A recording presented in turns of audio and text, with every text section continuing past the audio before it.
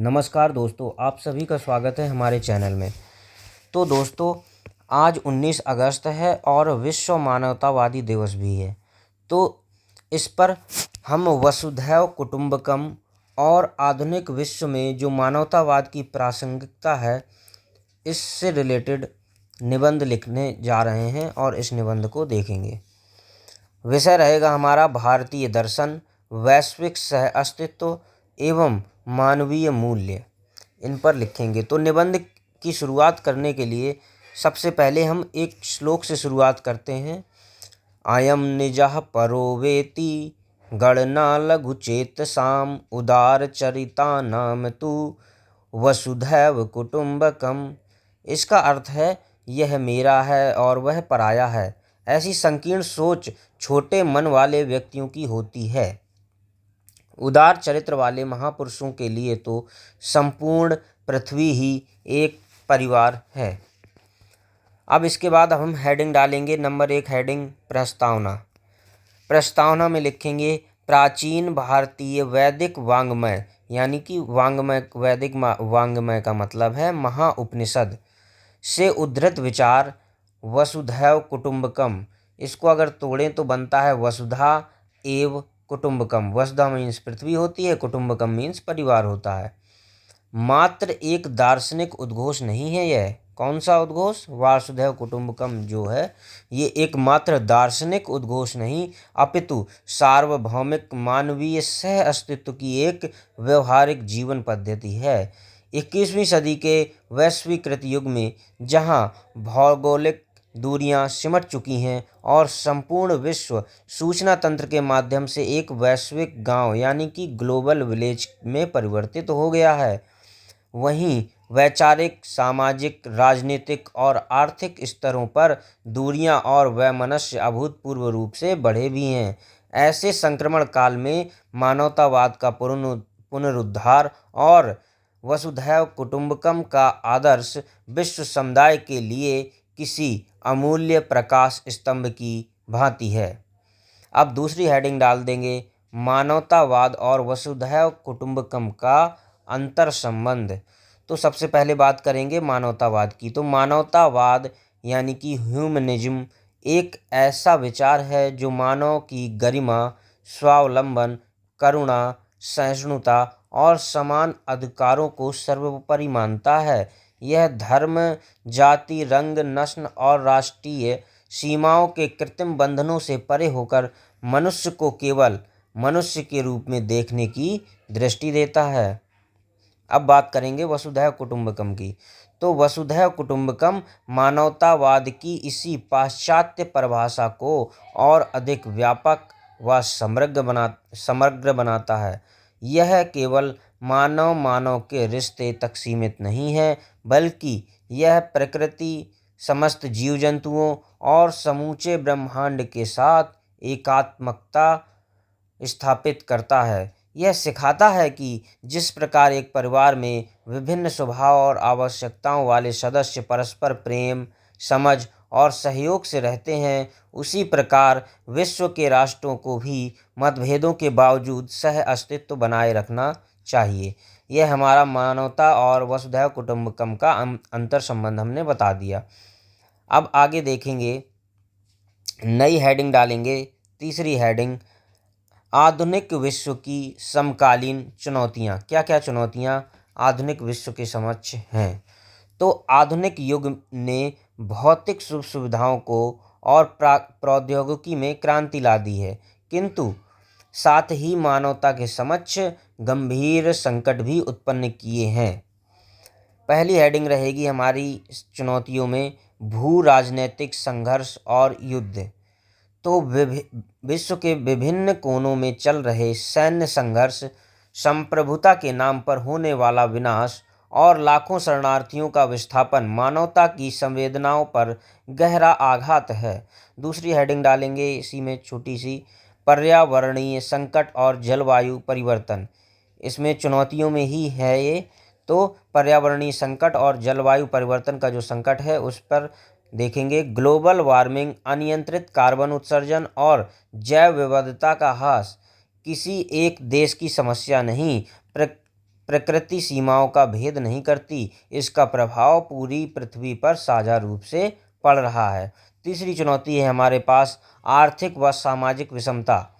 तो संपत्ति का कुछ चुनिंदा हाथों में संकेंद्रण, गरीबी, भुखमरी और बुनियादी स्वास्थ्य व शिक्षा सेवाओं का अभाव वैश्विक असंतोष को जन्म दे रहा है। इसके बाद अगली चुनौती है संवादहीनता और अलगाव। सोशल मीडिया और कृत्रिम बुद्धिमत्ता, जो कि आर्टिफिशियल इंटेलिजेंस है, के प्रसार के बावजूद व्यक्ति और समाजों के बीच आंतरिक अलगाव, असहिष्णुता और ध्रुवीकरण बढ़ा है। इसके बाद अगली चौथी हेडिंग रहेगी हमारी संकट समाधान में वसुधैव कुटुंबकम की व्यवहारिकता, मतलब इसकी व्यावहारिक क्या प्रासंगिकता रहेगी। तो एक पृथ्वी, एक परिवार, एक भविष्य, यानी कि one earth, one family, one future. जब तक विश्व समुदाय साझा चुनौतियों को व्यक्तिगत लाभ हानि के चश्मे से देखता रहेगा, तब तक स्थायी समाधान असंभव है। वसुधैव कुटुंबकम सामूहिक उत्तरदायित्व की भावना का संचार करता है। वैश्विक स्वास्थ्य और संकट प्रबंधन। तो देखिए, कोविड-19 महामारी ने यह स्पष्ट कर दिया कि जब तक दुनिया का हर व्यक्ति सुरक्षित नहीं है, तब तक कोई भी सुरक्षित नहीं है। संकट के समय टीकों, दवाओं और चिकित्सकीय सहायता का निस्वार्थ आदान प्रदान इसी मानवीय सोच का प्रकटीकरण है। अगली हेडिंग है जलवायु न्याय, यानी क्लाइमेट जस्टिस। विकसित और विकासशील दो देशों को एक दूसरे पर दोषारोपण करने के बजाय पृथ्वी को अपनी साझा मां मानकर संरक्षण की जिम्मेदारी निभानी होगी। भारत द्वारा शुरू किया गया मिशन लाइफ का मतलब है लाइफ स्टाइल फॉर एनवायरनमेंट, मतलब हम ऐसा लाइफ स्टाइल अपनाएं जो कि हमारे एनवायरनमेंट को ज़्यादा हानि ना पहुंचाए। इसी दर्शन पर आधारित है हमारा यह मिशन। ठीक। अगला हेडिंग है कूटनीति और शांति स्थापना। युद्ध और हथियारों की होड़ के स्थान पर बहुपक्षीय संवाद, कूटनीति और जीरो सम गेम की मानसिकता का परित्याग ही मानव को विनाश से बचा सकता है। अब अगली हेडिंग हमारी रहेगी पांचवी हेडिंग, भारत का वैश्विक दृष्टिकोण एवं अनुकरणीय नेतृत्व। तो भारत ने इस पर क्या किया है, तो भारत ने इस विचार को केवल उपदेश तक सीमित न रखकर अपनी नीतियों में साकार किया है। पहला काम हमने किया G20 की अध्यक्षता। तो इसमें भारत ने अपनी G20 अध्यक्षता का आधिकारिक ध्येय वाक्य वसुधैव कुटुंबकम को बनाया था, जिसका मतलब है one earth, one family, one future. इसको रखकर विकासशील देशों, यानी कि ग्लोबल साउथ, जो साउथ के देश हैं ग्लोब पर, तो ग्लोबल साउथ की आवाज़ को वैश्विक मंच पर मुखर किया।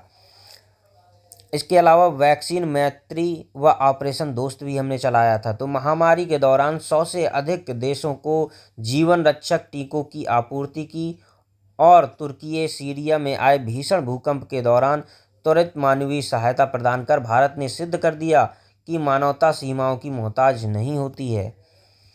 इसके अलावा अंतर्राष्ट्रीय सौर गठबंधन, एक सूर्य, एक विश्व, एक ग्रिड, यानी वन सन, वन वर्ल्ड, वन ग्रिड की परिकल्पना पूरी दुनिया को स्वच्छ ऊर्जा से जोड़ने का परिवार भाव ही है, जो कि भारत के सहयोग से ये संगठन स्टार्ट हुआ है।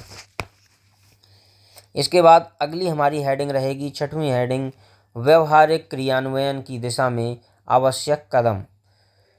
इस कालजयी विचार को यथार्थ में बदलने के लिए निम्नलिखित स्तरों पर प्रयास आवश्यक हैं। क्या क्या प्रयास करने पड़ेंगे हमको?